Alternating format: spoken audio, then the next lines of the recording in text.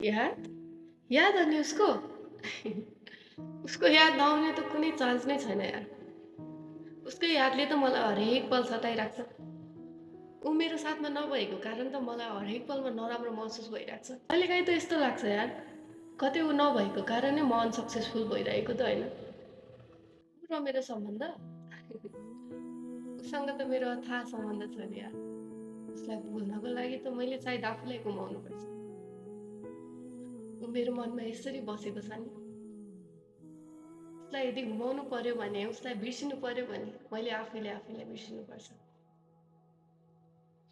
म यति धेरै माया गर्छु नि उसलाई, र जो कोहीले त्यति धेरै माया गर्छ उसलाई,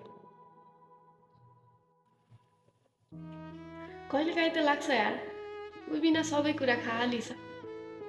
अनि मलाई कहिलेकाहीँ यस्तो पनि लाग्छ, मलाई आफ्नैहरूले हिँड्नुको कारण पनि सायद उसको कमी भएर होला कि। धेरै याद आउँछ यार उसको, उसको कमी महसुस मलाई हर पल हर क्षण हुन्छ। जब चाडपर्व आउँछ, जब कुनै फङ्सन घरमा आउँछ नि, यति धेरै उसको याद आउँछ, यति धेरै उसलाई याद गर्छु कि मैले आफूले आफूलाई बिर्सिन्छु। कहिलेकाहीँ त लाग्छ ऊ मेरो साथमा नभएको कारण पनि म असफल भइरहेकी छु। ऊ मेरो साथमा भएको भए मैले सायद आज शिखर चुम्थे होला, तर ऊ आज मेरो साथमा छैन। तर आज ऊ मेरो साथमा नभएको कारण म एकदमै धेरै तल लुजर भइसकेको छु। उसको कमी महसुस त्यसलाई मात्रै हुन्छ जसले उसलाई गुमाइसकेको हुन्छ। अनि अरूको देख्छु, लास्टै मक्ख पर्छु। आज ऊ पनि त मेरो साथमा भइदिएको भए म पनि कति भाग्यमानी हुन्थ्यो होला है। मैले हरेक चाहेको कुरा, सोचेको कुरा उसलाई माग्न पाउँथेँ होला।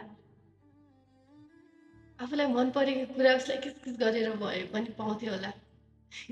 तर कहाँ यस्तो मेरो भाग्यमा थियो त।